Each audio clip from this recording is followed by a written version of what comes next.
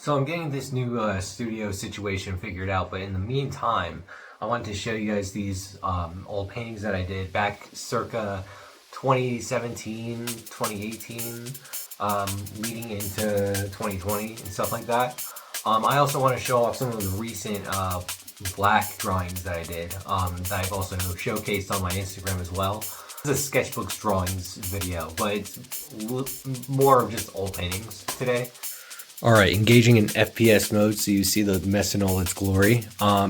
First thing I wanted to talk about was this old horses piece, and when I looked at this, I immediately assumed this was probably from the same time that those paintings over there were drawn. But this, when I look up here, I remember trying to write 2023 up there. I think I was trying to do some sort of signature. Yeah. That says J.R. Smithy, I just now figured out. Yeah, it wasn't really meant to be symbolic at first, but then I started to include these hands here. These were kind of a second thought. I think it's a pretty decent exploration of like time and like ambitions that you're holding on to, and you know, having to restrain yourself. It's all kind of present, but also not at the same time. It's interesting. Also, I really want to take note of like this big ass sketchbook that I have, kind of just for my own sake, because it is not very highly used. I think I have. Let me look in here. All right, just rediscovered this bad boy just now. Holy smokes! I really love charcoal. I don't know what to say. Especially I love what I did here. I don't remember if I used like a ruler or just like some random object as like a straight edge. But I think it really I think that really worked out here, especially like with how the charcoal creases off in these corners. It makes for very interesting like shape language as a background. I think I originally wanted this to be like a comic thing though. I don't remember what this was. I think there was something here, but I think I scratched it out. But other than that, okay, so this is really gonna be a fun one to look at, because this is I literally used this page as a mouse pad for like some odd number of months, and you can really tell just because of how much I kind of went overboard here. It's very unlike any other sketchbook page that I've ever drawn.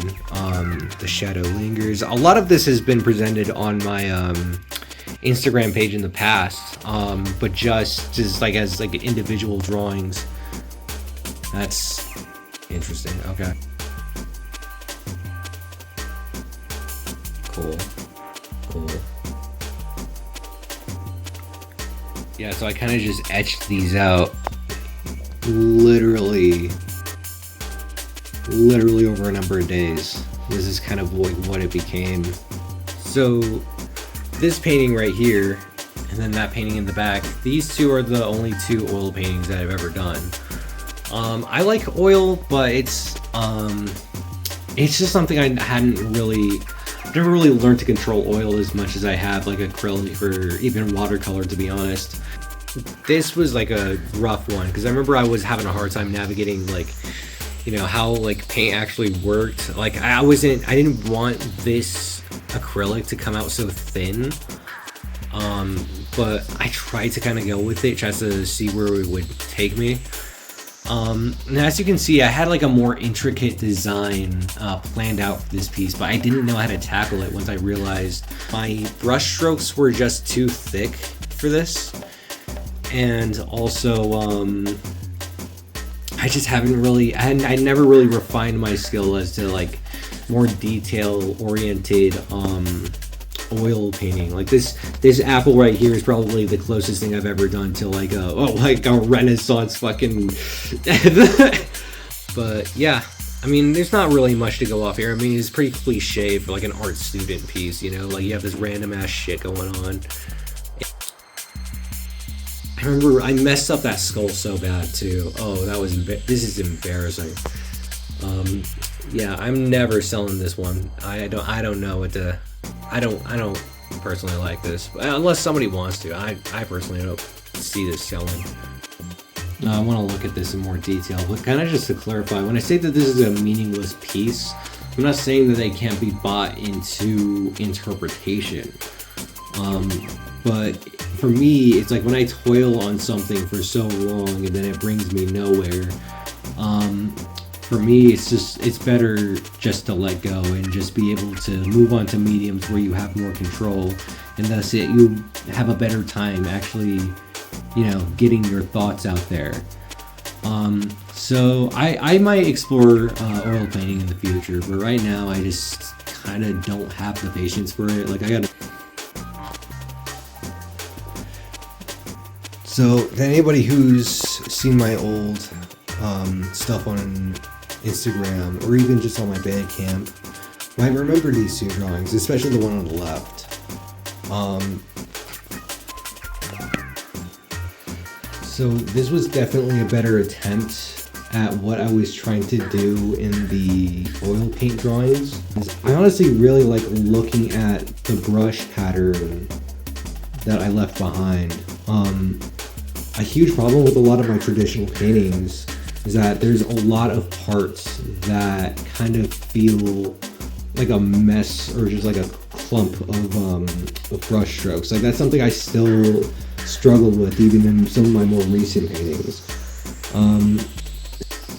Alright, chat, do not fear.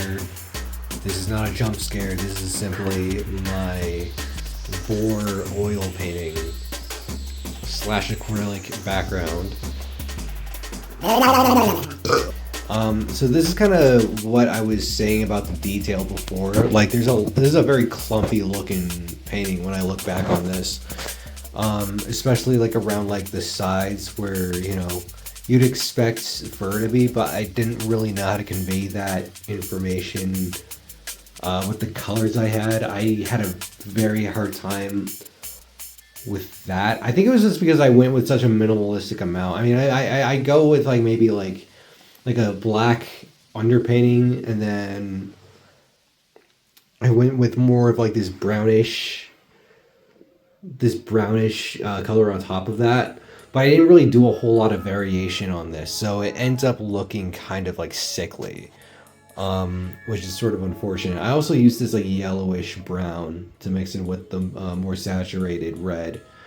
I mean, I like it for what it is, but it just shows how limited my knowledge was when it came to like color theory and stuff like that. But I at least was able to get the design to where I liked it. I do like how the nose came out. That's pretty neat.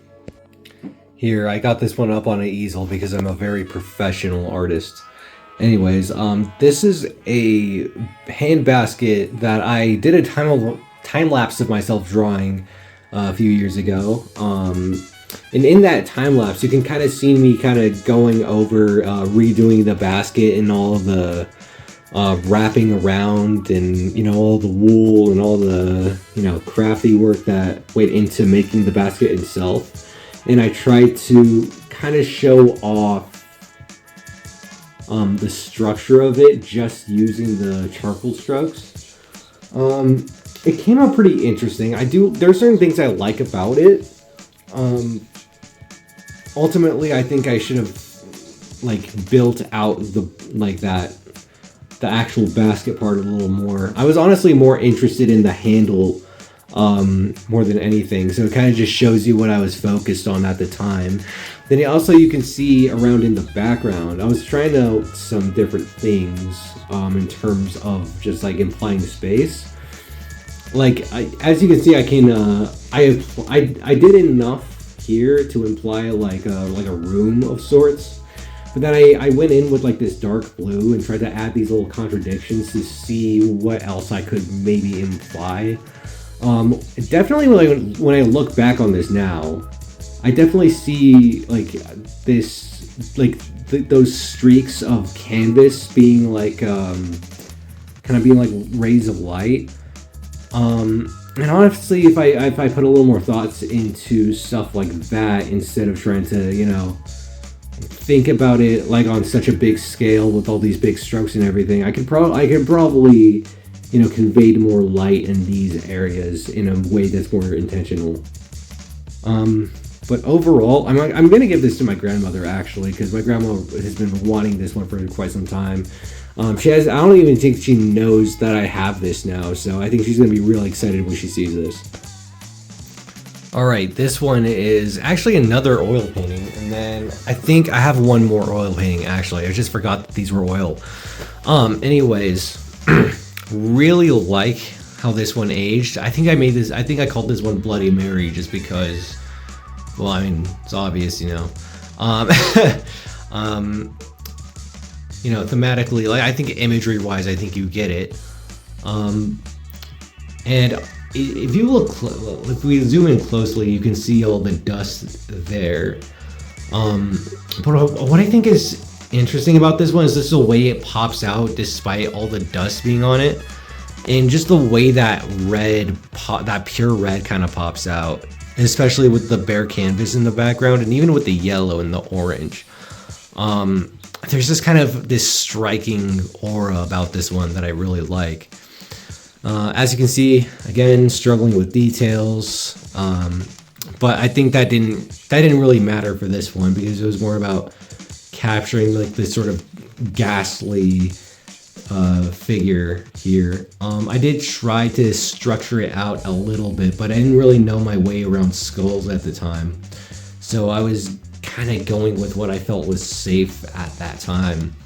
Especially with, you know, the way the figure is positioned. It's all in the center here. But there's enough interesting things going around it to where I don't think it's a boring piece per se, but it's definitely quite amateur hour vibes for sure with this one. All right, so out of all of the oil paintings I've shown off today, I think this one is definitely my favorite because even though I was still using the big strokes as the other paintings, as you can see, I feel like I actually achieved the detail I actually wanted.